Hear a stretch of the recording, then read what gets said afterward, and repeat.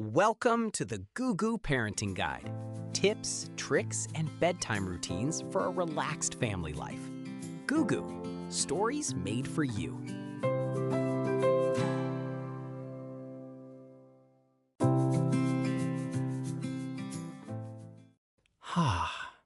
Lisa, honestly, I don't know how many parents out there are feeling this right now, but I'm just tired. Tired of the bedtime battle. Oh, Milo. Welcome to the club. I think that's a collective feeling among parents, especially when it comes to bedtime. Yeah, right? Sometimes it feels like you're running a marathon just to get your kid to bed.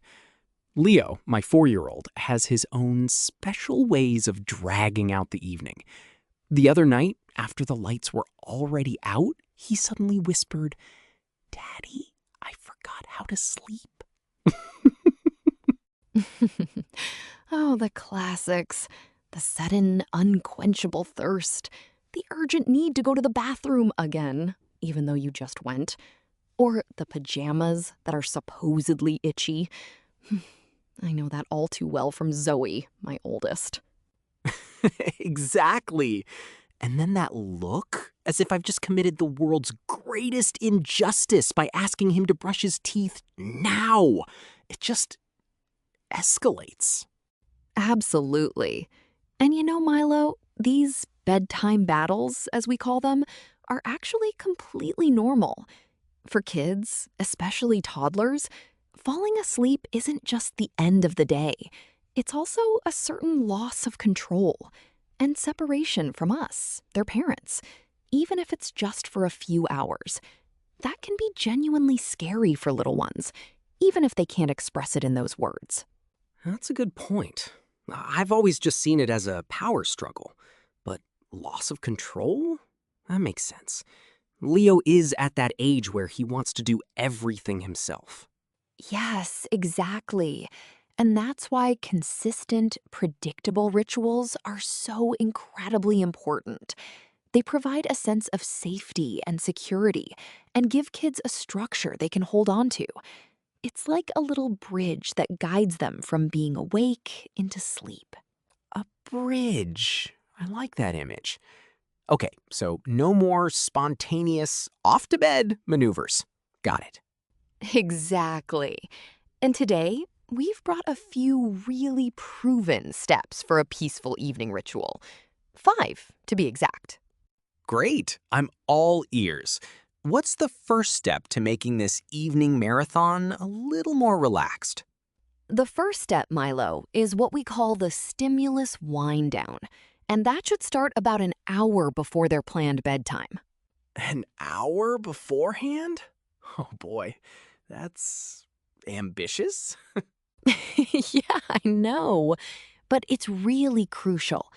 As soon as dinner is over, all screens should be turned off. And I mean all of them. TV, tablets, phones. The dreaded topic. Leo loves to play a game on the tablet right before bed, or we'll watch a short kids show together. That always leads to arguments. I can imagine. But this is where the science comes in. There are studies, including from Harvard Medical School, that clearly show the blue light emitted by these screens inhibits the release of our sleep hormone, melatonin. Melatonin. That's the stuff that makes us tired, right? Exactly. Our body produces melatonin when it gets dark to prepare us for sleep. But when we expose ourselves to bright blue light in the evening, it signals to our brain, hey, it's still daytime, stay awake. And this effect is even more pronounced in children, whose melatonin production is more sensitive than in adults. That explains a lot. Sometimes after a tablet session like that, Leo is actually more wound up than before. I just thought it was the excitement from the game. That's definitely part of it. But the biological effect really shouldn't be underestimated. And it's not just about the blue light. It's also about the cognitive stimulation.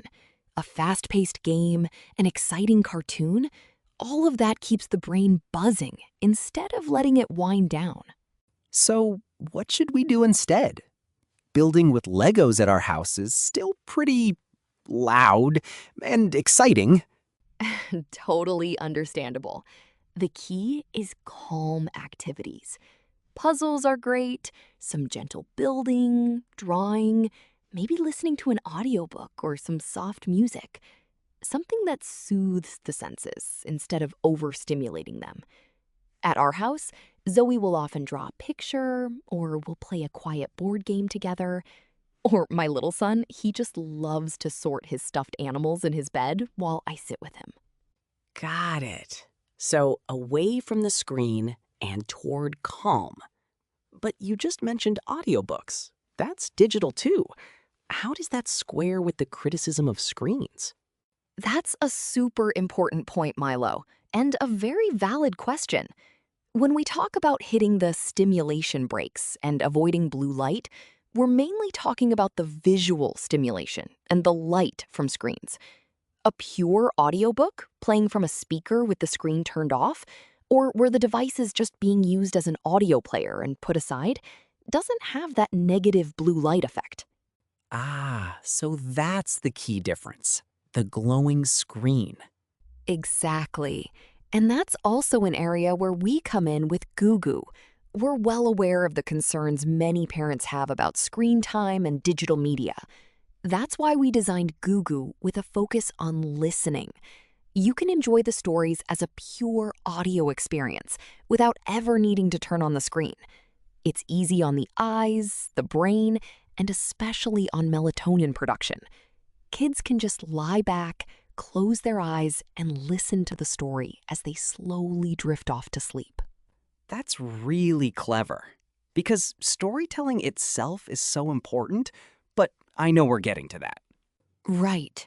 But first, let's move on to step 2, the magical transition. Ooh, that sounds promising. Magical. It's magical because it has the power to prevent meltdowns. Kids don't have a developed sense of time yet.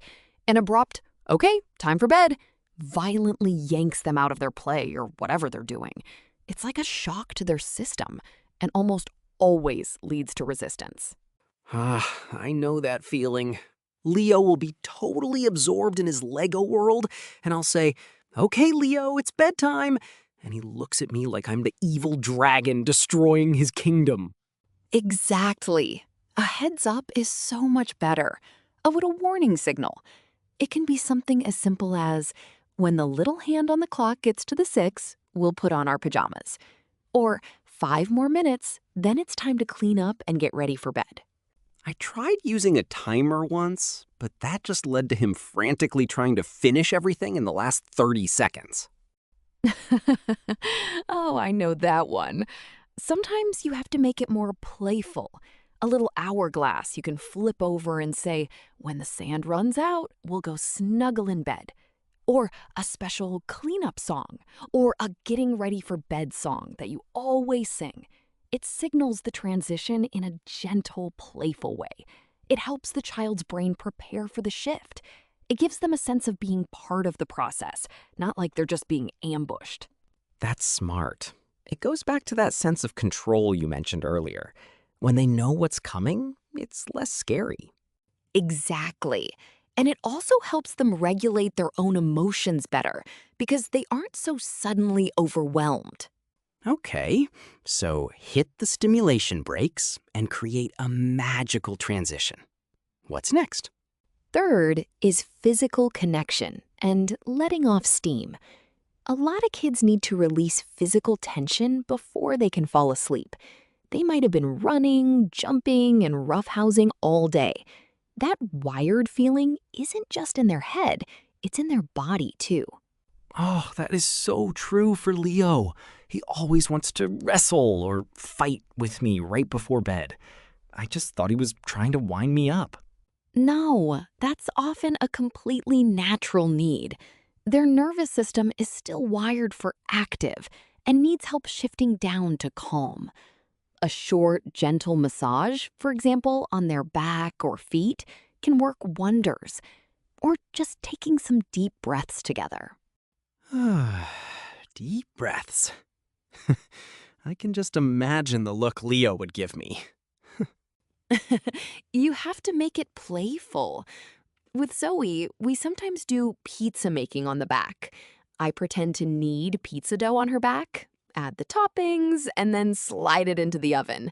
It's a form of deep pressure that can be incredibly calming. Making pizza! That's brilliant. Yes, and there's even scientific evidence for it. A study published in the American Journal of Occupational Therapy showed that deep pressure stimulation has a calming effect on the parasympathetic nervous system. That's the part of our nervous system responsible for rest and digest, for calm and recovery. It helps the body relax and release stress. That's fascinating. So the wild roughhousing is actually an attempt to release tension, but it's counterproductive because it revs up the nervous system even more, and deep pressure helps to bring it back down. Exactly. And the classic bear hug, where you squeeze each other really tight, has the same effect. It doesn't just give the child emotional security, but also that proprioceptive input that signals to the body, everything is okay. You can relax. Okay, I'm gonna try the pizza making. Or maybe I'll park a Benno the Digger on Leo's back? There's an idea. But now let's get to what I think is the centerpiece of the bedtime routine, the shared story. My area of expertise. Or rather, my area of agony. Milo sighs dramatically. I love Leo more than anything, but when I have to read Benno the Red Digger for the 1,000th time, I sometimes question my own sanity. I know every single page by heart. I'm already dreaming about Benno the Digger loading gravel. Oh, Milo, I feel for you. For us, it's Benny the Little Bunny. I've read it so many times that I'm already turning the page before Zoe has even finished looking at the picture. It's a wonderful tradition, but the monotony can really wear you down. Yes, but it's just so important, isn't it? I really notice how it helps Leo wind down. It's extremely important. Story time is the psychological anchor of the evening, the familiar voice of a parent, and this is crucial, has been proven to lower a child's heart rate. There are studies, like one published in the Proceedings of the National Academy of Sciences, that have shown listening to stories reduces stress hormones like cortisol in children. Wow, cortisol. So it's a real stress buster. Exactly. It's that moment of connection, of safety, of calm. The child is close to you, hearing your voice, diving into another world. And all of that helps their brain prepare for sleep. It's a safe harbor at the end of an often eventful day. But what do I do when I can't stand the sight of Benno the Digger anymore? Or when Leo always wants the same story and I'm just desperate for a change? And that's exactly where our tip comes in, Milo. Let your child help create the story. And that's precisely why we developed Gugu. Ah, the segue to the solution. Yes, exactly. Instead of reading the same book every night, which often wears us parents out, and I'm speaking from experience here, with Gugu, kids can choose the theme. For example, outer space, or dinosaurs, or a magical forest. And then our AI creates a brand new ad-free audio or read-aloud adventure in seconds. And the best part is, your child gets to be the main character. That's incredible. Leo would flip out if he could be Benno the Digger flying to the moon. Or a little dinosaur who uncovers a secret in the jungle. That gives the child that sense of control back. Remember what we talked about at the beginning? That loss of control at bedtime? This is an extremely effective tool against those bedtime battles. When they get to choose their own story and are part of it themselves, they're so much more engaged and relaxed. That's actually brilliant. I have to admit, I've always been a little skeptical when it comes to AI and kids. You hear so much about the dangers of screens and, well, unsupervised content. That's a completely understandable concern, Milo, and one that many parents share. And that's exactly why, with Gugu, it was so important to us from the very beginning to take these concerns seriously and address them proactively. For one thing, as we've already discussed, Gugu is primarily an audio experience. You can turn off the screen and just listen to the story, which eliminates the blue light effect. That's already a huge plus. And for another, we've built in extremely strict, child-safe AI guardrails and filtering systems. This means the stories are always age-appropriate, non-violent, and educationally valuable. There are no ads, no disturbing content, no inappropriate topics. We have a team of educators who constantly review and optimize the content and the way the AI functions. It's truly a safe and protected environment. That's very reassuring, because stories are so important, but the quality has to be right. Absolutely. And there's another aspect that worries many parents when it comes to digital media: emotional distance. You often get the feeling that a screen is standing between you and your children. But with Gugu, we have a very special feature that does the exact opposite. Parents can have their own voice cloned. Their own voice? Yes. Imagine Leo could choose his own story, where he's the main character and the story is then read to him in your voice, even if you can't be sitting right there next to him. It creates an incredible sense of emotional closeness and security. That familiar voice, which we mentioned earlier is so important for lowering the heart rate, is always there. It's not the voice of a stranger, but mom's or dad's. That's truly revolutionary. That solves the exact problem of when you're exhausted as a parent, but your child still needs the comfort of your voice. Or for times when you're not there. Exactly. It's a bridge that uses digital technology to create more connection, not distance. And it gives parents a way to tell a fresh, exciting story even after the 1,000th time reading about Benny the Bulldozer, without completely exhausting themselves. I have to tell Leo about this. I bet he'd choose to be a little digger who digs for stardust on the moon. And I'd finally have a new story to tell. That's perfect. And now for the fifth and final step that rounds out the ritual: the final sentence. The final sentence? That's like putting an exclamation point on the day. Exactly. Always end the day with the same sentence, whether it's "We love you to the moon and back," or a quick recap of the best part of the day, or what you do with Leo. With Leo, it's "Sleep tight, my big guy. We love you to the moon and back." It's just become our thing. He actually waits for it. You see, it's that auditory constant. Over weeks and months, it conditions a child's brain to recognize the signal. The day is over. I am safe now. It's time to sleep. It's like a little emotional sleep cue. It gives the child one last feeling of security before they drift off to sleep. That's actually the same sentence I say to him when he leaves for kindergarten in the morning. It's basically our family motto. That's beautiful, and it's perfect. That repetition creates a deep anchor in the child's emotional memory.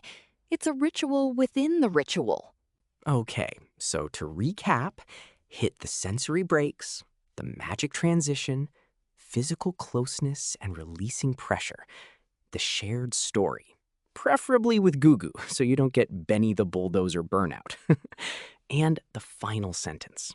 That sounds like a really solid plan. It's a plan that's based on developmental psychology and has been proven to work in practice. But Milo, and this is really important, a good bedtime routine takes time to stick. Be kind to yourself when it doesn't go to plan. There will be nights when everything is perfect, and then there will be nights when the pajamas go flying across the room. Oh, I know that feeling all too well. Routine over perfection, always. It's not about getting everything perfect every single night, but about offering a consistent structure. And if you're looking to shake up your storytime routine and experience that incredible connection that comes from using your own voice, you can try Gugu for free tonight. You can find us at gugu-universe.com. I'm definitely going to do that. I'm already excited to see what kind of adventures Leo will dream up with my voice. Maybe it'll be a digger on the moon, digging for stardust and rescuing an alien kitten. That sounds like a fantastic story. And that's the beauty of it, right? Imagination has no limits. Lisa, thank you so much for these incredibly valuable tips. I honestly feel a little less tired already, just knowing there are ways to make our evenings more peaceful. You're so welcome, Milo. It's a topic that really affects all of us, and I hope our listeners can find a little bit of peace tonight, too. I hope so too. And to all the parents out there, hang in there. We've got this. And now, I'm off to bake a pizza on Leo's back. Good luck with that. Until next time, sleep tight, my big treasure. We love you to the moon and back. And I'll just say, see you all very soon, and may your evenings be filled with magic. That was the Gugu Parenting Guide. Want to integrate bedtime routines and encouraging stories into your daily life? Download the Gugu app for free now at gugu-universe.com or search for Gugu in the App Store. See you next time.